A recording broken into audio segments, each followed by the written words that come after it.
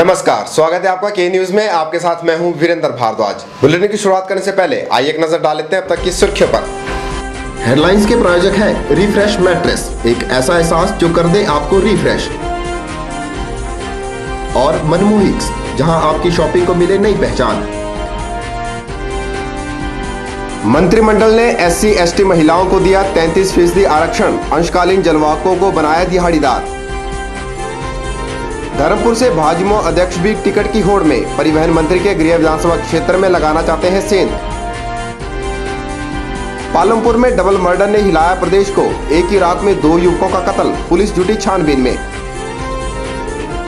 और राज्य में तेज हुई छात्र संघ चुनावों की सरगर्मियां, पार्टियों ने घोषित किए पैनल, जीतने का किया दावा। और अब खबरें विस्तार से। हिमाचल प्रदेश मंत्रिमंडल की शिमला में आयोजित बैठक में शिक्षा विभाग में 9 वर्ष का सेवाकाल पूरा कर चुके अंशकालिक जलवाहकों को दिहाड़ीदार तथा 8 वर्ष का सेवाकाल पूरा कर चुके दिहाड़ीदारों को जलवाहक एवं सेवादार के पदों पर नियमित चतुर्थ श्रेणी कर्मचारी के तौर पर तैनात करने को स्वीकृति प्रदान की गई। मुख्यमंत्री प्रोफेसर प्रेम कुमार धूमल ने बैठक की अध्यक्षता की। मंत्रिमंडल ने महिलाओं को 33% आरक्षण तथा अनुसूचित जाति एवं अनुसूचित जनजाति के लिए आरक्षण प्रदान करने के लिए हिमाचल प्रदेश सहकारी समितियां विधेयक 2012 में संशोधन को स्वीकृति प्रदान की।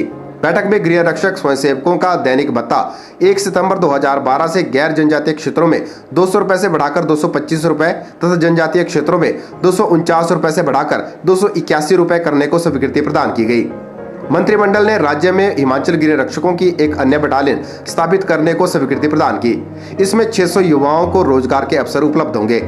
मंत्रिमंडल ने भाषा एवं संस्कृति विभाग में डाटा एंट्री ऑपरेटरों के 10 पद तथा उपनिदेशक का 1 पद सृजित करने एवं भरने को स्वीकृति प्रदान की। मंत्रिमंडल ने आयुर्वेद विभाग में सरप्लस पूल से मैकेनिक के रिक्त पड़े 2 पदों को भरने का निर्णय लिया। बैठक में मंडी जिला के चौलानगढ़ गांव में प्राथमिक स्वास्थ्य केंद्र खोलने तथा यहां आंतरिकरण द्वारा पदों को भरने का निर्णय लिया गया। मंत्रिमंडल ने स्वास्थ्य एवं परिवार कल्याण विभाग में पैरामेडिकल स्टाफ की विभिन्न श्रेणियों के लिए जिला काडर सृजित करने तथा 5% आरक्षण के अंतर्गत जिला स्थानांतरण नीति को स्वीकृति प्रदान की। मंत्रिमंडल ने राज्य विज्ञान प्रौद्योगिकी एवं पर्यावरण परिषद के लिए 1 महिंद्रा बोलेरो तथा हिमाचल प्रदेश राज्य महिला आयोग की अध्यक्ष के लिए 1 नए वाहन की स्वीकृति प्रदान की। ब्यूरो रिपोर्ट, के न्यूज। इस बार धर्मपुर विधानसभा क्षेत्र से भाजपा टिकट पर भाजयुमो के राज्य अध्यक्ष नरेंद्र अत्री दावेदारी जताने के पूरे मूड में नजर आ रहे हैं। गौर रहे कि धर्मपुर विधानसभा क्षेत्र को एक तरह से वर्तमान मंत्री महेंद्र सिंह ठाकुर का गढ़ माना जाता है। राज्य के वर्तमान परिवहन मंत्री महेंद्र सिंह ठाकुर का धर्मपुर विधानसभा क्षेत्र में दबदबा कुछ ऐसा है कि वे 5 चुनाव अपने ही दम पर जीते हैं, क्योंकि हर बार चुनावों में उनके साथ किसी नई पार्टी का बैनर ही नजर आता है। इसलिए इस बात को कहने में कोई शंका नहीं कि धर्मपुर विधानसभा क्षेत्र की जनता एक तरह से महेंद्र सिंह ठाकुर के कहे अनुसार ही चलती है। लेकिन इस बार इस विधानसभा क्षेत्र से ही उभर रहे युवा नेता नरेंद्र अत्री भी चुनाव लड़ने के पूरे मूड में नजर आ रहे हैं। हमारा कोई उद्देश्य दावेदारी जताना नहीं था। हमारा उद्देश्य ये था कि पूरे हिमाचल प्रदेश के साथ साथ धर्मपुर में भी लोग धूमल जी में विश्वास करते हैं, धूमल जी से प्यार करते हैं और उनको आने वाले समय में बतौर मुख्यमंत्री देखना चाहते हैं। भले ही नरेंद्र अत्री अपनी दावेदारी को लेकर खुलकर सामने नहीं आ रहे हों, लेकिन भाजपा के विश्वसनीय सूत्रों से मिल रही खबरों के अनुसार इस बार नरेंद्र अत्री भी पीछे रहने के मूड में नहीं है। नरेंद्र अत्री के बैकग्राउंड पर अगर नजर दौड़ाएं तो अत्री भाजयुमो के राष्ट्रीय अध्यक्ष अनुराग ठाकुर के बिल्कुल करीबी माने जाते हैं। इस बात में भी कोई शक नहीं कि अनुराग ठाकुर की वजह से ही नरेंद्र अत्री को राज्य भाजयुमो का अध्यक्ष बनाया गया है। और अब इसी के सहारे अत्री युवा संकल्प रैलियों में अपनी ताकत दिखाकर हाईकमान को यह संदेश देने का प्रयास करने में भी जुट गए हैं। जो रैली हुई ये भारतीय जनता युवा मोर्चा द्वारा आयोजित थी, भाजपा द्वारा निर्देशित थी। यहाँ किसी तरह की कोई दावेदारी जताने का प्रश्न कोशिश नहीं गई। वहीं अगर बात करें धर्मपुर से वर्तमान विधायक महेंद्र सिंह ठाकुर की, तो उन्हें किसी पार्टी का बैनर मिले या ना मिले इस बात से कोई फर्क नहीं पड़ता, क्योंकि उन्हें इस बात का पता है कि जनता उनके साथ है। विदित रहे कि महेंद्र सिंह ठाकुर ने लोकसभा चुनावों में धर्मपुर से भाजपा को 14,000 मतों की बढ़त दिलाई थी, जिसकी वजह से ही उन्हें राज्य सरकार में मंत्री बनाया गया था। अब देखना यह होगा कि ऐसे कद्दावर नेता का टिकट भाजपा काट पाती है या नहीं। ब्यूरो रिपोर्ट, के न्यूज। लंदन ओलंपिक में सिल्वर मेडल जीतने वाले हमीरपुर निवासी विजय कुमार को सूबेदार से मेजर सूबेदार बना दिया गया है। इस पदोन्नति से विजय कुमार के परिजन खासे खुश नजर आ रहे हैं। हमीरपुर निवासी शूटर विजय कुमार उन चंद भारतीयों में से एक हैं जिन्होंने इस बार लंदन ओलंपिक में देश का नाम रोशन किया है। शूटर विजय कुमार ने लंदन ओलंपिक में सिल्वर मेडल पर निशाना लगाकर अपने लिए कामयाबियों का रास्ता खोल दिया। अभी तक विजय कुमार को हिमाचल सरकार की तरफ से 1 करोड़ रुपए का नगद इनाम, हिमाचल गौरव का सम्मान और बद्दी जैसे औद्योगिक क्षेत्र में 200 वर्ग मीटर जमीन का तोहफा मिल चुका है। 1 करोड़ रुपए को इनाम दिया जाएगा। हिमाचल गौरव के पुरस्कार से सम्मानित किया जाएगा और बद्दी के क्षेत्र में 200 स्क्वायर मीटर का एक प्लॉट भी मुफ्त इनाम के तौर पे दिया जाएगा। विजय कुमार के परिजनों ने सरकार की तरफ से मिली इन सौगातों के लिए सरकार का आभार व्यक्त किया है। मैं तो हिमाचल सरकार का बहुत धन्यवाद हूँ। जितना मेरे बेटे को मान सम्मान दिया, मैं तो जो मिसाल से रिक्वेस्ट करूँगा कि अगर ऐसा बच्चा कोई निकलता तो उसको ऐसा मान सम्मान दिया जाए। इसके साथ ही विजय कुमार को सेना ने 30 लाख रुपए का नगद इनाम और प्रमोशन का तोहफा भी दिया है। सेना ने सूबेदार विजय कुमार को मेजर सूबेदार बना दिया है। गौर रहे कि देश के कुछ खिलाड़ियों को वहां की सरकारों ने IAS रैंक से भी नवाजा है, लेकिन विजय कुमार के लिए ऐसी कोई घोषणा नहीं हो पाई है। लेकिन जो सम्मान विजय कुमार को मिला, उसके परिजन उसी में अपनी संतुष्टि जाहिर कर रहे हैं। ये तो मैं जो प्रमोशन आर्मी का बहुत खुश हूँ, क्योंकि हम आर्मी से निकल करके मतलब यहाँ तक पहुँचे। ये इससे ऊपर प्रमोशन आर्मी के कमांडरों का ये है, हम इसके लिए कुछ नहीं बोलेंगे, इसके बारे में नहीं बोलूँगा। और कमांडरों की बात है, क्या देते हैं वो आर्मी का, इसके ऊपर डिसीजन है, इसके लिए मैं आर्मी का बहुत धन्यवाद हूँ कि मेरा बेटा आर्मी से निकल कर इस रैंक और इस मुकाम पर पहुँचा। आप देखोगे कि जो ओलंपिक में मेडल लेके जा रहे हैं, उनको स्पोर्ट्स अपने जो मिनिस्टर हैं उन्होंने डायरेक्टली ऑलरेडी अनाउंस किया हुआ है कि आपको क्लास A1 की टॉप क्लास की जॉब साई में मिलेगी। अगर मेरे को अच्छे तरीके का और वेल सेटल उसके इक्वली अगर अच्छे अपॉर्चुनिटी मिलती है तो मैं कंटिन्यू करूंगा, बट अदरवाइज मेरे को कॉर्पोरेट या बाकी स्टेट से और अच्छी हाई रैंक मेरे को मिलती है तो ऑफ कोर्स मैं मूव करूंगा। विजय कुमार की उपलब्धियों की अगर बात करें तो अभी तक विजय 147 मेडल जीतकर अपने गांव, जिला, प्रदेश और देश का नाम रोशन कर चुके हैं। सरकार ने विजय की इस उपलब्धि के चलते ही हमीरपुर में भी एक शूटिंग रेंज स्थापित करने का निर्णय लिया है। के न्यूज के लिए हमीरपुर से नवनीत बत्ता की रिपोर्ट।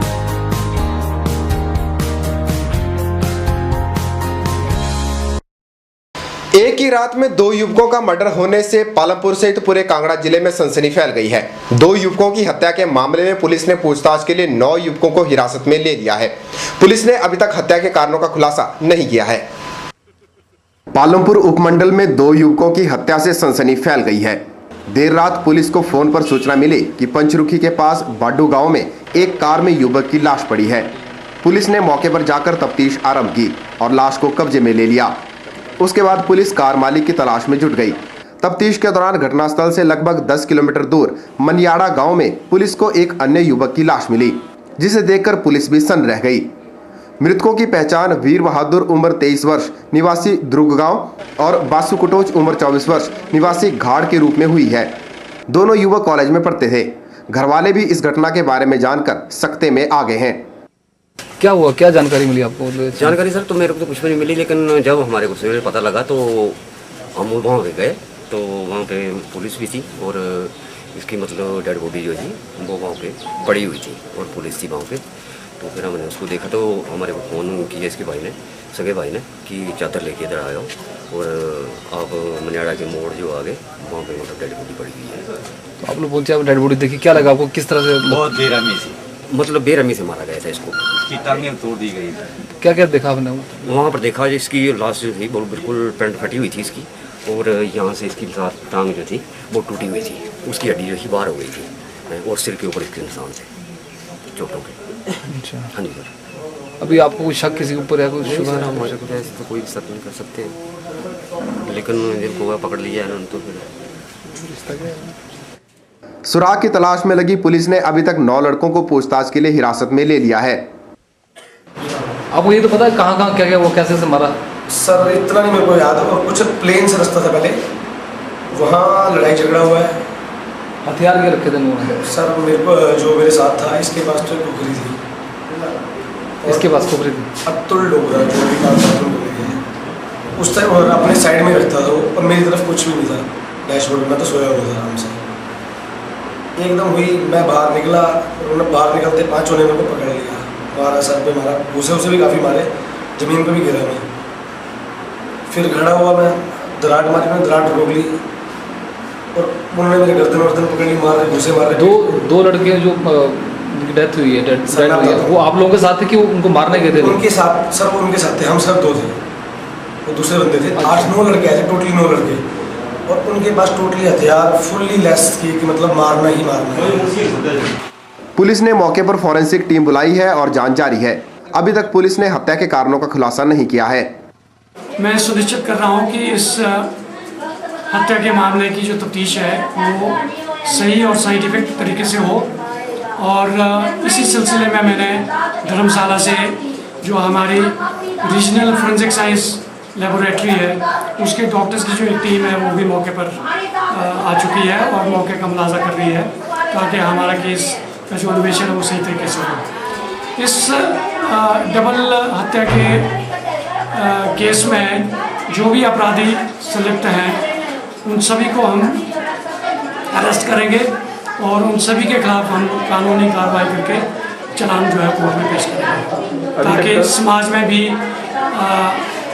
भविष्य में इस प्रकार की घटना न घटे। डबल मर्डर केस से पालमपुर सहित पूरे कांगड़ा जिले में सनसनी फैलने के साथ ही चर्चाओं का बाजार गर्म हो गया है। इस डबल मर्डर केस को लेकर लोगों की जुबान पर तरह तरह की बातें सुनने को तो मिल रही हैं, लेकिन असलियत क्या है यह पुलिस जांच के बाद ही साफ हो पाएगा। पालमपुर से के न्यूज के लिए दीपक राणा की रिपोर्ट।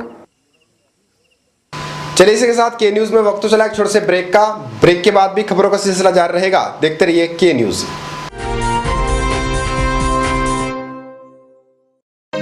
सबसे सस्ते दिन 13 से 18 अगस्त तक, जो चाहे सस्ता पाएं।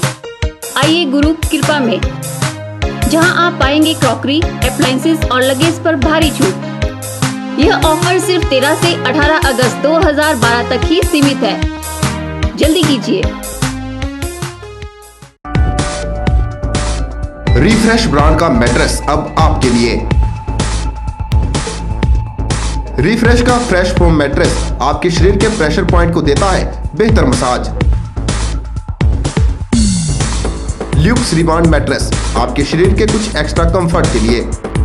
स्प्रिंग जिंग मैट्रेस, जैसा कि इसका नाम ही बताता है, ये आपके वजन के मुताबिक देगा आपके शरीर को राहत। और कंप्रेस्ड कोयर और फोम निर्मित चैप मैट्रेस, ठोस व सुखद एहसास के लिए। तो आज ही अपने घर ले आइए इस एहसास को, जो कर देगा आपको रिफ्रेश। आपके मंडी शहर में खुल गया है dental care clinic, multi speciality dental clinic, जिसमें आपको मिलेगा ऑर्थोडोंटिक्स यानी टेढ़े मेढ़े दांतों का इलाज। वर्ष भर 24 घंटे यहाँ उपलब्ध रहती हैं। Lingual braces, self ligating, ceramic braces, metal braces, orthopaedic treatment, orthognathic surgery, cleft ortho जैसी आधुनिक सुविधाएं। ये सभी सुविधाएं डॉक्टर विशाल सेठ द्वारा दी जाएंगी, जो कि हिमाचल के एकमात्र IBO क्वालिफाइड विशेषज्ञ हैं। डॉक्टर विशाल हिमाचल डेंटल कॉलेज सुंदरनगर में भी सहायक प्रोफेसर के रूप में अपनी सेवाएं दे रहे हैं। यहाँ विशेषज्ञों द्वारा इम्प्लांट्स, रूट कैनाल ट्रीटमेंट, दांतों की filling, crown and bridge work, मसूड़ों का इलाज, बच्चों के दांतों का इलाज, नए दांत लगाना व ब्लीचिंग जैसी सुविधाएं बहुत ही कम खर्च पर दी जा रही हैं। यहाँ एम्स नई दिल्ली के भूतपूर्व विशेषज्ञ व हिमाचल प्रदेश डेंटल कॉलेज सुंदरनगर के प्रशिक्षित विशेषज्ञ भी अपनी सुविधाएं दे रहे हैं। Denta care clinic, Canara bank के सामने, मंडी, हिमाचल प्रदेश। मंडी कॉलेज में ABVP ने अपना पैनल घोषित कर दिया है। पैनल में 2 छात्रों और 2 छात्राओं को चुनावी दंगल में उतारा गया है। ABVP ने विश्वास जताया है कि हर बार की तरह इस बार भी मंडी कॉलेज में ABVP अपना परचम लहराने में कामयाब रहेगी। छात्र संघ के चुनावों में अब कुछ ही दिन शेष रह गए हैं। पहले विश्वविद्यालय प्रशासन की तरफ से छात्र संघ चुनावों पर रोक लगाने की कवायद की जा रही थी, लेकिन अब तिथियां घोषित करके कॉलेजों में एक बार फिर चुनावी शोरगुल शुरू कर दिया है। बीते लंबे अरसे से मंडी कॉलेज पर अपना दबदबा कायम रखने वाली एबीवीपी ने इस बार फिर अपना पैनल घोषित करने में बाजी मार दी है। एबीवीपी ने प्रधान पद के लिए बीए फाइनल के छात्र देवेंद्र कुमार, उपप्रधान पद के लिए बीएससी सेकेंड ईयर की छात्रा कुसुम कुमारी, महासचिव पद के लिए बीए फाइनल की छात्रा नीलम और सह सचिव के लिए बीकॉम सेकेंड ईयर की छात्र ऋषि को मैदान में उतारा है। विद्यार्थी परिषद के कार्यकर्ता एकजुट हैं। इससे ये संदेश जाता है कि विद्यार्थी परिषद के कार्यकर्ताओं ने सबसे पहले इस महाविद्यालय में अपना पैनल उतारा है। विद्यार्थी परिषद के बैनर तले प्रधान पद के जो उम्मीदवार हैं देवेंद्र बीए फाइनल के स्टूडेंट हैं, उसके बाद वाइस प्रेसिडेंट के लिए कुसुम कुमारी जो कि बीएससी सेकेंड ईयर की छात्रा है, उसके बाद जनरल सेक्रेटरी के लिए विद्यार्थी परिषद ने नीलम जो कि बीए फाइनल की स्टूडेंट है, उसके बाद ज्वाइंट सेक्रेटरी के लिए ऋषि जो कि बीकॉम सेकेंड ईयर के स्टूडेंट हैं।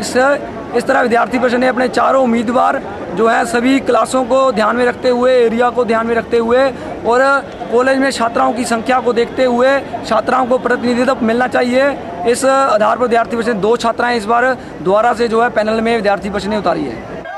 गौर रहे कि मंडी कॉलेज पर विद्यार्थी परिषद का बीते 10 वर्षों से कब्जा है और इस बार भी विद्यार्थी परिषद ने जीत का दावा किया है। विद्यार्थी परिषद कार्यकर्ताओं का कहना है कि उन्होंने हर वक्त छात्र हित से जुड़े मुद्दों को प्रमुखता से उठाया है, जिसके दम पर ही वह जीत का परचम लहराते आए हैं।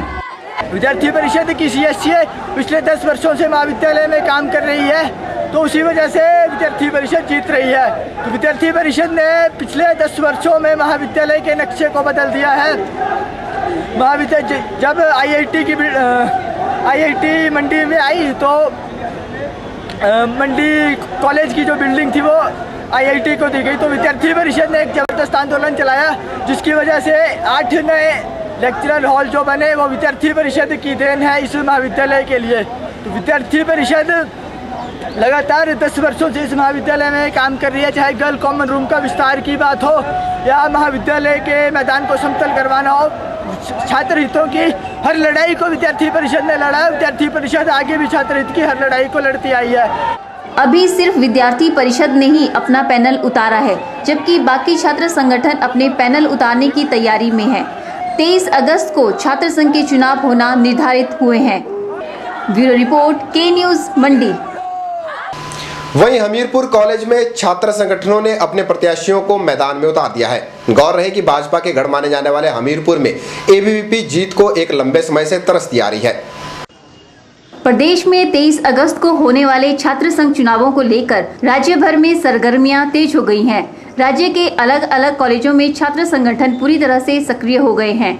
हमीरपुर के नेताजी सुभाष चंद्र बोस मेमोरियल कॉलेज में भी चुनावों को लेकर एबीवीपी और एसएफआई ने अपने प्रत्याशियों के नामों की घोषणा कर दी है।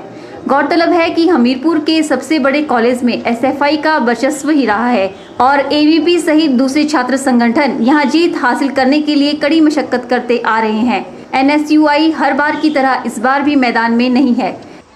जैसे कि आपको पता है, जैसे कि यहाँ पे इलेक्शन पहले बैन हो गए थे, परंतु ये छात्रों के अधिकारों को बहुत बड़ा हनन है कि उनके चुनावों को बंद कर दिया जा रहा है। जैसे अगर ये हमारे कॉलेज में इलेक्शन बंद हो जाते हैं तो छात्रों के साथ बहुत बड़े अन्याय होगा और छात्रों को अपनी बात आगे रखने का कोई मौका नहीं मिलेगा। जिससे हर कॉलेज में सिर्फ प्रिंसिपल और टीचरों का ही अधिकार होगा, छात्र हित को आगे लाने वाला कोई भी संगठन आगे नहीं आ पाएगा।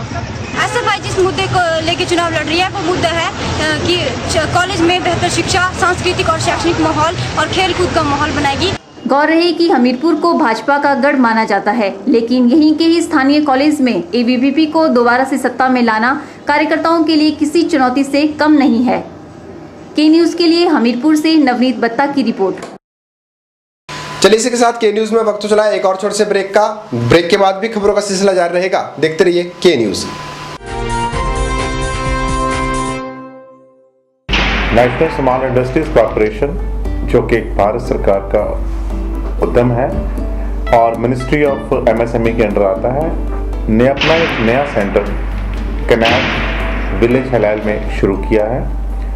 एनएसआईसी ने ये सेंटर इस उद्देश्य के साथ शुरू किया है कि यहाँ पे बेरोजगार बच्चों को हम कुछ स्किल डेवलपमेंट प्रोग्राम्स कराकर उनको प्रैक्टिकल और थ्योरेटिकल ट्रेनिंग्स कराकर उनको काम के योग्य बनाएं। और ये सेंटर में mobile repair, computer hardware, computerised accounting, fashion designing, इसके अलावा इलेक्ट्रिकल गैजेट रिपेयर और कुछ ऐसे प्रोग्राम भी शुरू किए जा रहे हैं जो कि ऑन द जॉब ट्रेनिंग दी जाती है, जैसे कि स्पाइस ग्राइंडिंग एंड पैकेजिंग के कोर्सेज। और बिल्कुल निःशुल्क शिक्षा इन बच्चों को दी जा रही है ताकि ये बच्चे इसका फायदा उठा सकें और अपने भविष्य के लिए एक अच्छा कैरियर चुन सकें।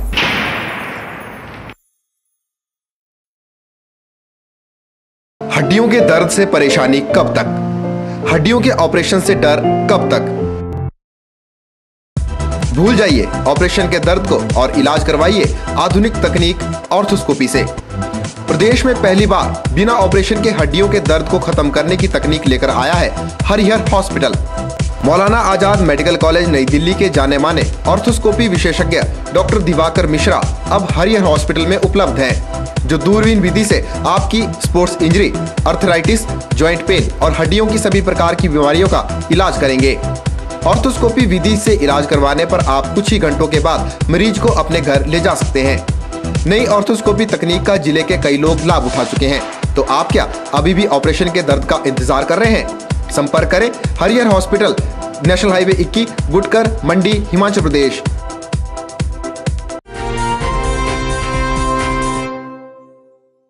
चंबा का ऐतिहासिक मिंजर मेला संपन्न होने के बाद राज्य की पॉलीथीन फ्री हकीकत नजर आ गई।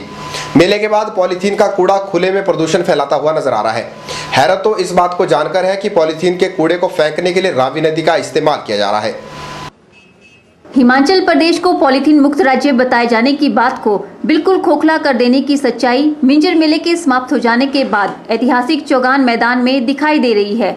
मिंजर मेला शुरू होने से पहले प्रशासन के बड़े बड़े दावों को चिढ़ाते यहाँ लगे पॉलीथीन के ढेर प्रशासन के कामकाज की पोल को खोल रहे हैं। हमारे हिमाचल के मुख्यमंत्री श्री प्रेम कुमार धूमल जी बड़े जोर शोर से ये नारा देते हैं कि हिमाचल प्रदेश पॉलीथीन मुक्त है। ये खुली तस्वीर आपके सामने। बड़ी दुखद बात है कि सरकार जहां एक और पॉलीथीन को लेकर इतनी संवेदनशील है और सरकारी जो विभाग हैं, चाहे वो नगर परिषद हो, चाहे वो जिला प्रशासन हो, इतना गैर जिम्मेदार है कि वो सरकारी जो आदेश हैं उनकी अवहेलना करते हुए इस तरीके से पॉलीथीन जो है जगह जगह बिखेर रहा है। प्रशासन ने ये कह दिया था कि पॉलीथीन को किसी भी तरह से खुले में नहीं फैलाया जाएगा और इसके लिए हर जगह पर कैंटर रखे जाएंगे ताकि बाद में उसे लोक निर्माण विभाग के हवाले करके इसका उपयोग सड़क निर्माण में किया जा सके। लेकिन मिंजर समाप्त होने के बाद न तो यहाँ कोई कैंटर दिखा और न ही इसे लोक निर्माण विभाग के हवाले किया गया। चारों तरफ चौगान में पॉलीथीन ही पॉलीथीन बिखरा नजर आ रहा है। नगर पालिका की गाड़ी ने भी पॉलीथीन को उठाकर उसे रावी नदी में ही फेंकने का काम किया है। जब मिंजरों की शुरुआत हुई थी, प्रशासन ने प्रेस कॉन्फ्रेंस करके आदेश जारी किए थे कि सारा का सारा जो पॉलीथीन है इसको एकत्रित करके पीडब्ल्यूडी विभाग के समर्पित किया जाएगा। परंतु ये सब लोगों को दिखाने के लिए मात्र ढकोसला साबित हो रहा है, क्योंकि इसको नगर परिषद की गाड़ियों में लाद के इस डंपिंग जो ये साइट है इसमें डाल के और सारे नगर परिषद की जो गाड़ियाँ हैं इस कूड़े को यहाँ पर डाल के ये पॉलीथीन रावी नदी के अंदर जा रहा है और पूरी रावी नदी पोल्यूटेड हो रही है, प्रदूषित हो रही है और इस रावी नदी के तटवर्ती गाँव सारे के सारे नीचे तक जो भी गाँव आते हैं इस पोल्यूशन की चपेट में आ रहे हैं। इन हालातों को देखकर एक ही बात जहन में आती है कि राज्य में अधिकतर घोषणाएं और आदेश सिर्फ कहने मात्र के लिए कागजों पर ही जारी होते हैं, जबकि वास्तविकता में उन्हें अमली जामा नहीं पहनाया जाता। के न्यूज के लिए चंबा से बॉबी सिंह की रिपोर्ट। के न्यूज के इस अंक में फिलहाल इतना ही। ताजा जानकारी के लिए देखते रहिए के न्यूज को। वीरेंद्र भारद्वाज को दीजिए इजाजत। नमस्कार।